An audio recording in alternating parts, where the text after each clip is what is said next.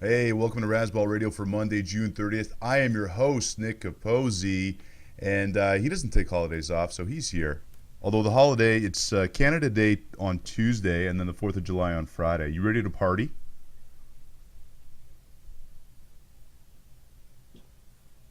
Okay, so I am joined by Gray Albright, I think. Gray, you there? Hey, what's going on? Oh, nice of you to join us. Wait, what's up? Welcome to How Razzball you Radio, doing? brother. What's going on? Well, Nick I was Capote. asking you if you're ready for the holidays, bro. Holiday is for July 4th. Are you saying July 4th? Because in America, we celebrate July 4th on the 4th of July. What holiday are you talking about Well, there, Nick? well, Are you listen, talking about a Canadian holiday? I don't know Canadian holidays. I'm in America. Amurica.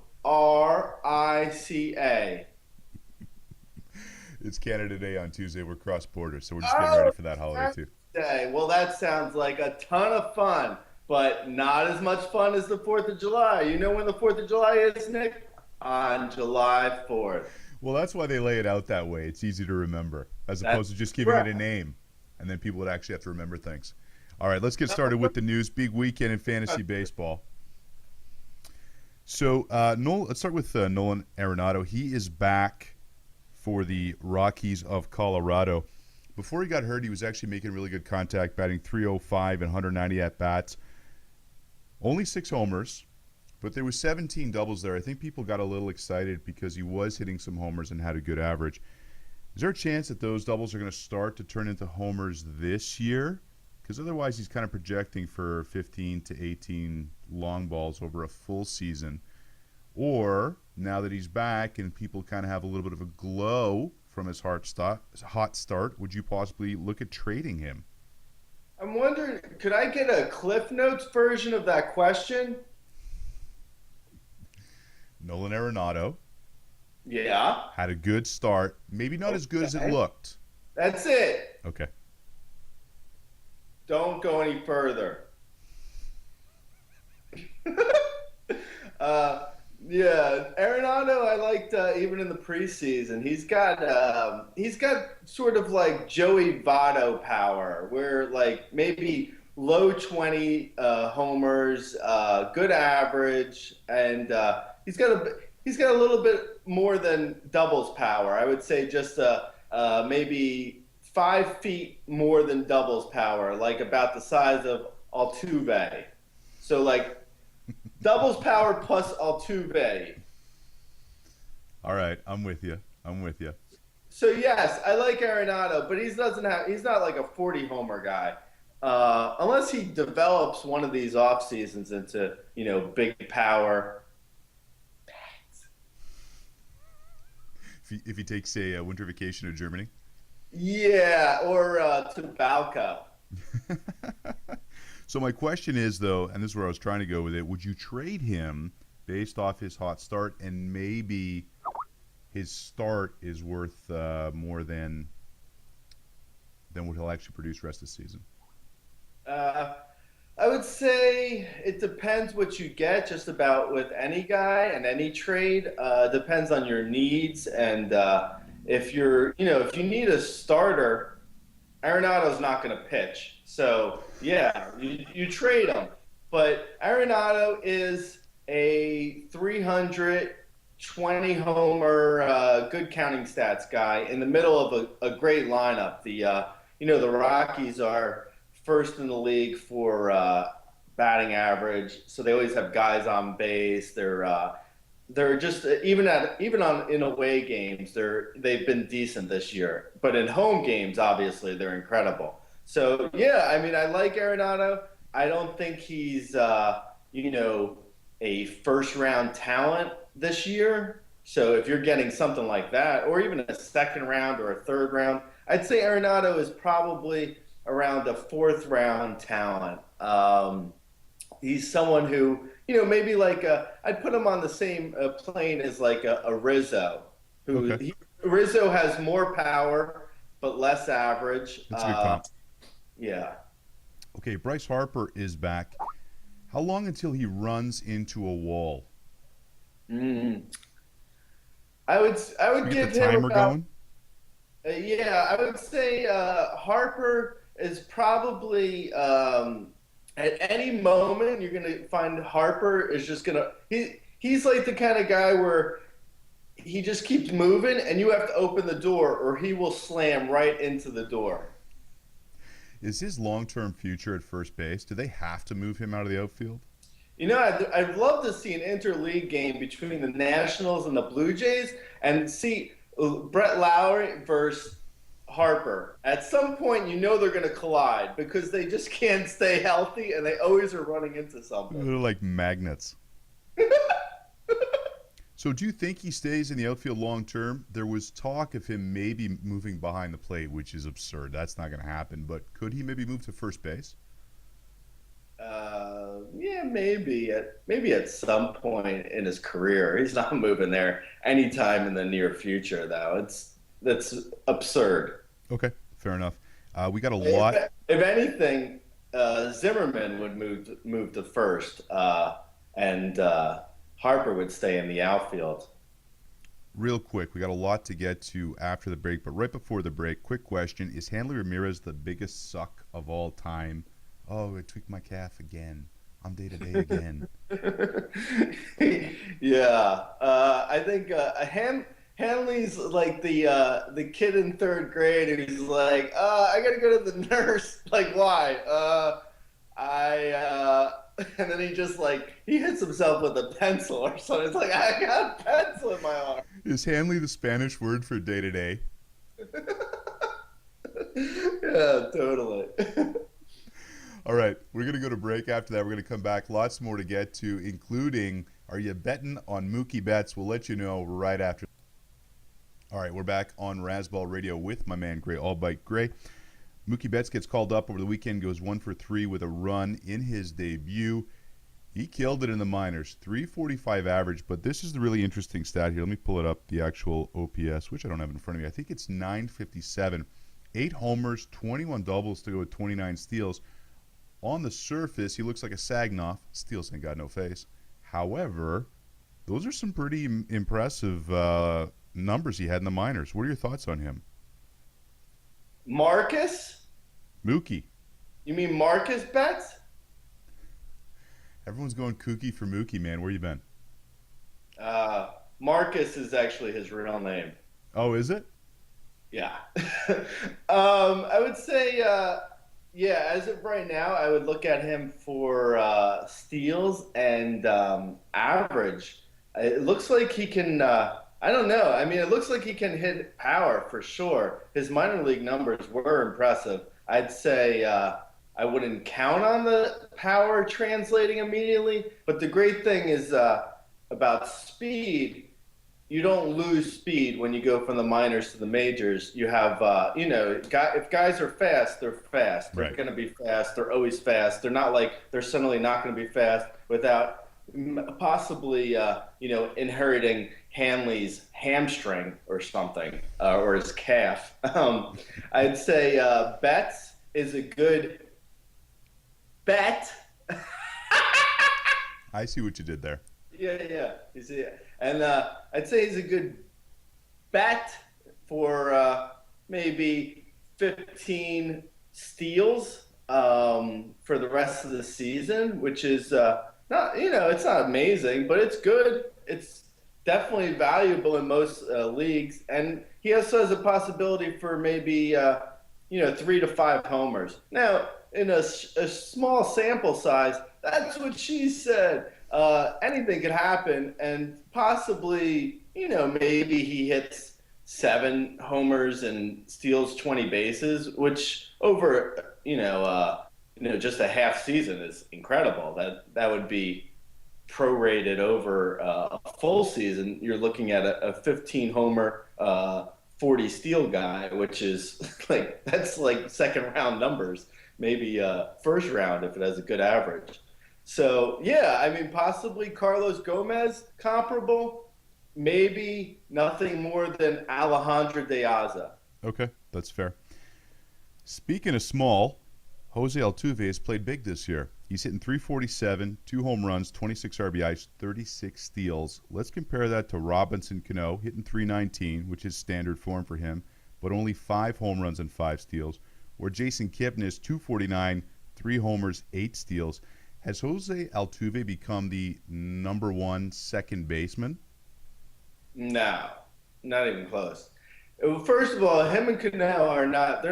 They're apples and oranges. They're not even comparable. Cano has power that he hasn't shown, but in theory, Cano has power and he doesn't have speed. They both have average. Altuve is also he hits for a good average.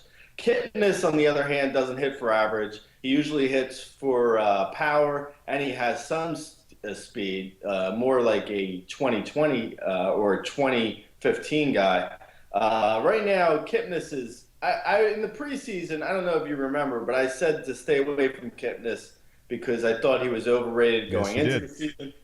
And I think he's still overrated. I never trusted Kipnis. I don't really trust players who turn it off for half a season, as Kipnis had been doing. That it's always worrisome. People are like, well, he's a first half player. It's like, well, what happens if he's not a first half player and he's not a second half player? Then he's no player.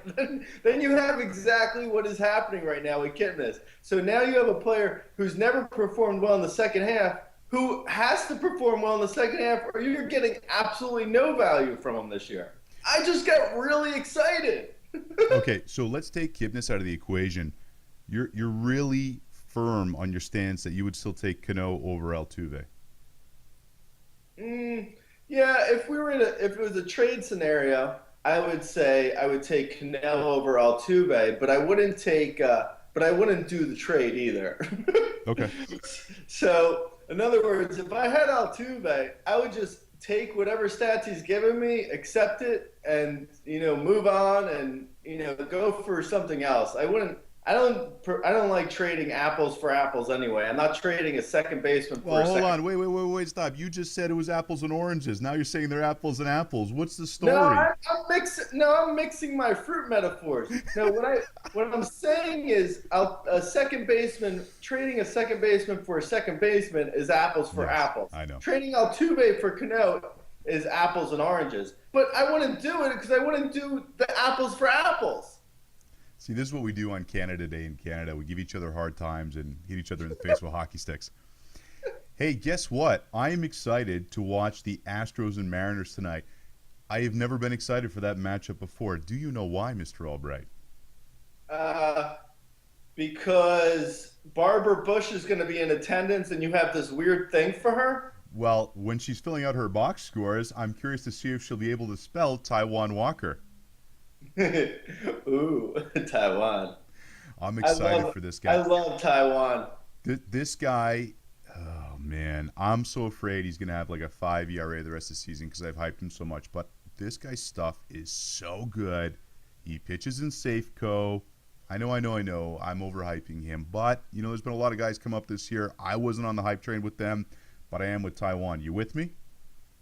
Yeah. No, I have him stashed in 3 or 4 leagues. I've liked him all year. I think what people forget is he was the #1 fantasy rookie pitcher behind Tanaka. So you have Tanaka, who obviously is amazing, and then you had Walker, and then you had everyone else, rookie class-wise for pitchers. Now, since then, the Mariners had to deal with, he had an injury, and then they sent him to the minors because the rotation was filled with Erasmo Ramirez, which I'm not completely sure why. And then, so Walker had to work his way back. So in that time of working his way back, he just, he's lost some of his luster, as they say, before you go into the car wash. And I think if Walker comes out and throws really well,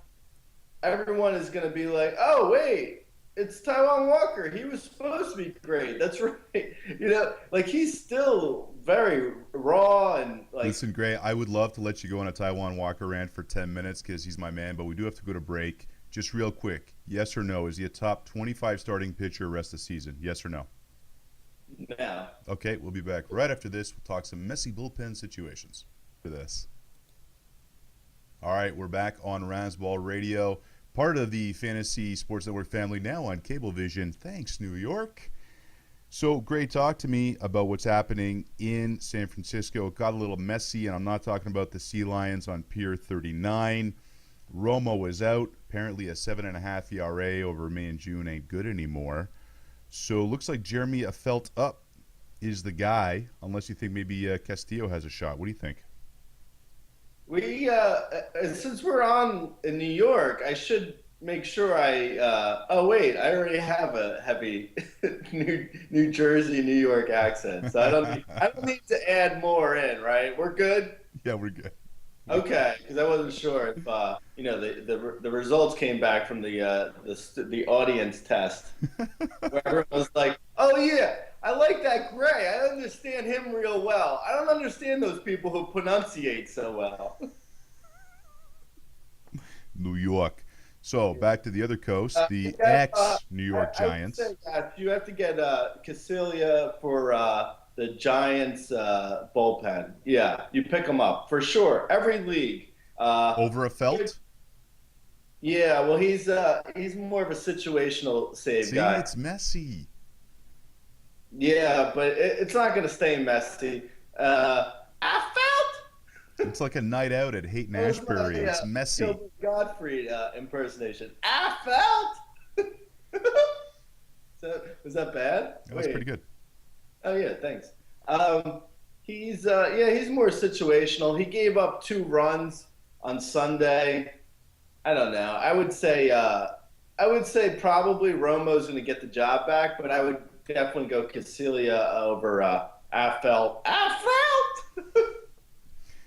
All right, I've been stumping for Jake McGee in Tampa all season long. I think he's got the best stuff. I thought he was the guy who would eventually walk away with the saves there. He's got back-to-back saves. Still a chance that we might see Peralta. Of course, there's a chance. So let me ask you this. Is there better than a 65% chance that Jake McGee is oh, man, I just messed myself up in the math. Is Jake McGee going to get the most saves the rest of the season now? Yes. Okay. Is there a better than 65% chance he holds the job the entire season? Or do you think they're still going to go committee? I'd say committee. Valper is going to get back in there. I'm just trying to keep it short and simple for you. Okay. Like Altuve. You know, he's listed at 5'5", but so are you. And yeah, I know. I'm one to talk. Me and Altuve is probably taller than me. Although I love it when you wear your elevator shoes. Yeah, because then you're slightly taller than Rudy. Well, you have to in order, you got to be able to look them in the eyes, the ladies. So, Jason Grilled Cheese goes to Anaheim, which was an interesting trade. Obviously, I think the Pirates realized Melanson was the guy there, but of course, he promptly got blown up. So what's the story there? Did this just become more complicated? Well, it did become more complicated in Anaheim, but does Crilly have any shot there? Or are you still holding Joe Smith? Nah, I'm going with Joe Smith. I like Joe Smith for a variety of reasons. Number one reason is I can actually pronounce his name. Right. Yeah, that's fair. I'm with you on that. You can't pronounce Grilly? Grilly, yeah. No, I think Grilly fits the prototype of the sociopath's kind of closer, where it's a guy who isn't safe at all, will give up lots of runs, blow games. Mike Scioscia really seems to like those guys, so there's a good chance Grilly could get into the saves picture. Right now, I would go Smith first, but yeah, I could see Grilly working his way in. Okay. Just some real quick on these guys because they're not really relevant. But what's hilarious, I think, is that it's like there's no communication between the outside of the world and some baseball clubhouses where Scioscia was probably like, well, Grilly's got closer experience. Yeah, but he was terrible for the last 2 years, and that's why the Pirates shipped him to you because he's been so bad. But that part of the equation never makes it like it's almost like they don't have box scores or stat pages or anything in Major League Baseball clubhouse. They're just like, oh, this guy's got closer experience. Okay. It's like they got to wait for carrier pigeons to deliver the news. Yeah, it's like, yeah, he was a closer, not very good. That's why someone took your junk that was Ernesto Ferrari and they sent him to you. Hey, is Joel Hanrahan worth stashing in Detroit? He's throwing again. No.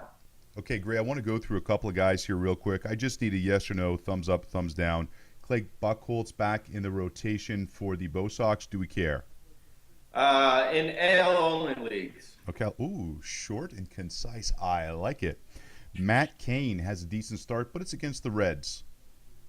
Yeah, and he gets the Padres next. So I would own him for his next start. I don't know about after that. All right. Jose Bautista, pinch hit over the weekend, looks to be back in the lineup Tuesday. You buying that? Yeah, hopefully. I mean, you have to if you own him, right? I mean, what choice do you have? Okay. If you don't own him, I'm not going out and getting him because he will get injured at some point. Absolutely. Homer Bailey makes me crazy.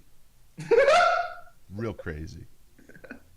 Is he worth anything, or are we done with him? Patty cake, wait, no hands. I like Bailey as a bounce back guy for his luck was obscene in the first 2 months. Badly obscene. Obscene could be good, I guess. Yeah. It was just he was really unlucky, and he was due for a bit of like regression to the good mean, or is that Good mean? aggression? All right. Are we? Gray.